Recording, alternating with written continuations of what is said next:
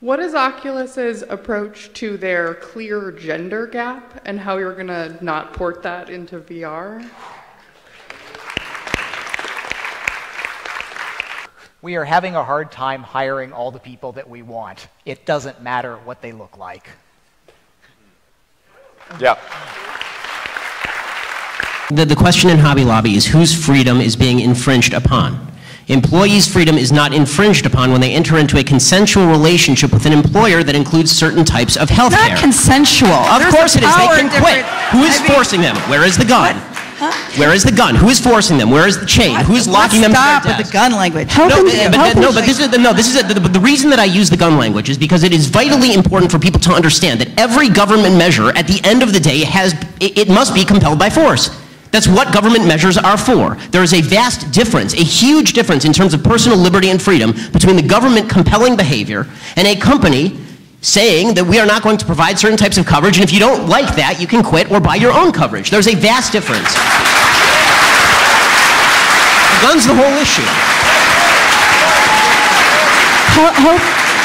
Health insurance is an earned benefit. It's not given for free to employees, they earn it. Should your employer be able to decide how you spend your money? Pay for it yourself. Hold on, one second. Earned from whom? Okay, I may think that I earn twice the salary that I get from this radio station. That doesn't mean that I have an earned benefit from the radio station for twice what they're willing to pay me. It's always a consensual relationship. You pay for your health care? Well, first of all, I do because it was negotiated in the contract that I signed, in which I voluntarily engaged. And if I don't like that, I can quit tomorrow. And so women say to me all the time, well, I offered to pay, but he wouldn't let me. Has that happened to anybody in this room? First of all, he's not your boss, and he's not your father. He doesn't decide whether you pay or you don't pay. You don't offer to pay, you pay. And if he can't handle it, he's a little boy. And that means you don't go out with him again because you're not going to change him, nor should you try. Yes? Where is manhood? Where is man protective and supportive quality? Why men? That's why it's so many gay guys now. They want to be protected and they have to be taken care of. So we're going back to the original argument about a real man protects and provides for a woman. How does that work out for men? How does that work out for men? And of course, that's turning men gay. That's a new one for me. Women file 70% of the divorces. How's that working out for men, the protecting and providing bit? AOL and Women's Day magazine 3 years ago surveyed 3,000 married women and asked them, would you marry your husband all over again? 85% of them said either they probably wouldn't or definitely wouldn't marry them again. Something is broken. So what you're saying, Tatiana, is that you don't like equality and you want to be protected and provided for. And what does the man get from that? What does he get out of that? I want men next to me. Yeah. Men. Yeah. Not somebody with spread hand. You know, I cannot respect men who wait for handouts. Well, from women. What is it when you get it? Is it not called a handout? No. Oh, I see. Why didn't I think of that? So when a woman has her handout, that's not a handout. But when a man has his handout, then it's a handout. We have more psychologists than ever in this country, and we're more dysfunctional than ever in this country. So I decided to look at the situation logically. I looked at my own life, I looked at the lives of my friends, and I've been on radio and TV. I interacted with callers all over the place. I keep hearing the same things over and over again. So I just made a very logical conclusion about what's really going on. And what's really going on is that men are wimps, they're eunuchs, and women are merchant marines. They expected to be paid for sex, and that's why men and women don't work. So I said, okay, that's what's happening. How do we fix it? And how we fix it is we treat each other like peers. So if you're a woman, you can get a college education and you can get a great job, you're not going to be protected and provided for. That's the way it is. The whole feminist movement was about equality. So when you get equality, you say, well, not so fast. Not so fast, I don't want to give up the free drinks. I've been on TV so many times debating about ladies' nights. And women are so angry, they think that's a fundamental right and should be in the Constitution. Now why? Huh? Bitter? Are you bitter? You're bitter. You sound very bitter. You sound really bitter. Really? You are a very bitter. Very bitter man. A very bitter man. I'm a very bitter man because we have an 11th commandment in the United States. The 11th commandment is, thou shalt never criticize a female. And if you do, you're a misogynist. Unlike what these women in the back said, I am not bitter. I like women very much. Women, in my definition, are adults who like to be treated like equals and who can take care of themselves. Those are women, and I like them very much. And by the way, dear, they like me. Any man who writes a book called Under the Clitoral Hood, trust me, women like me.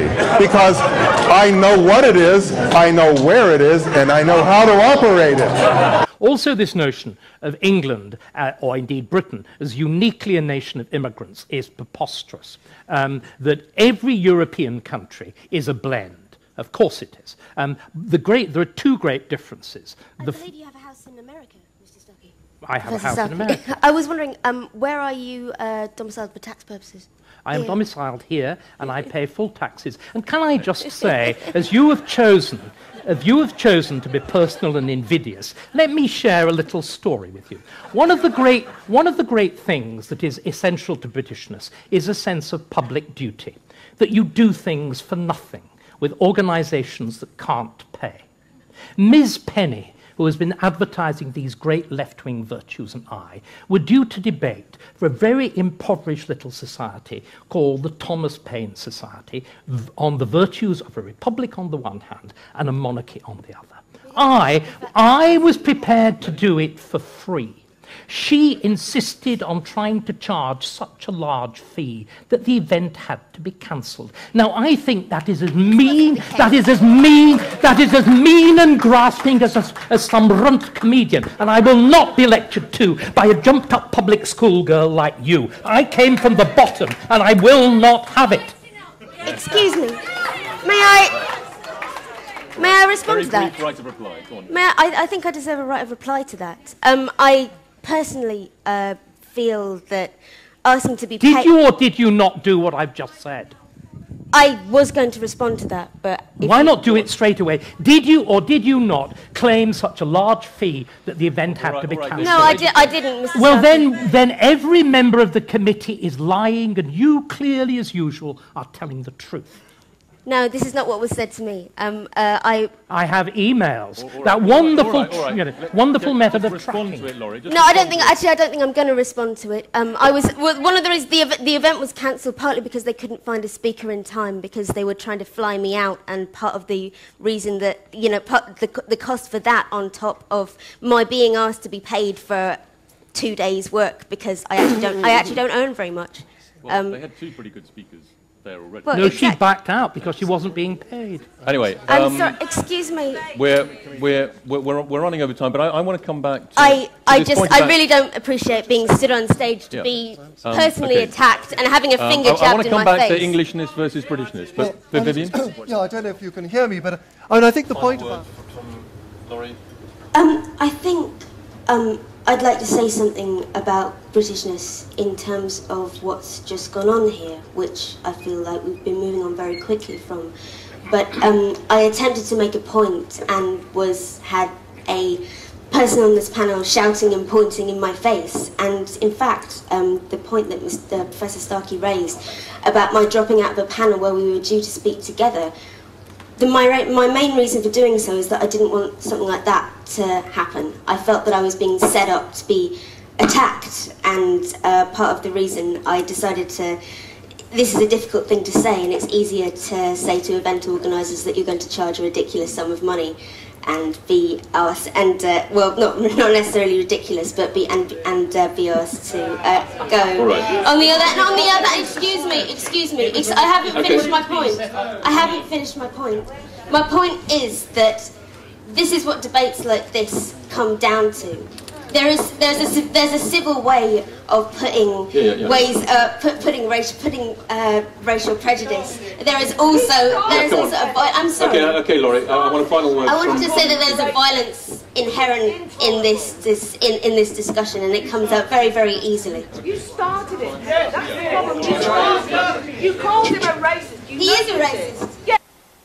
Well, it was revealed this week that free speech is now a thing of the past in 90% of British universities, because the current generation of students, Generation Snowflake as it's become known, is so intellectually fragile that many of them can't hear an opposing argument without dissolving in a puddle of traumatized feelings, and they need to take refuge in what they call safe spaces, places they say are designed to promote inclusiveness by, you've guessed it, exclusion.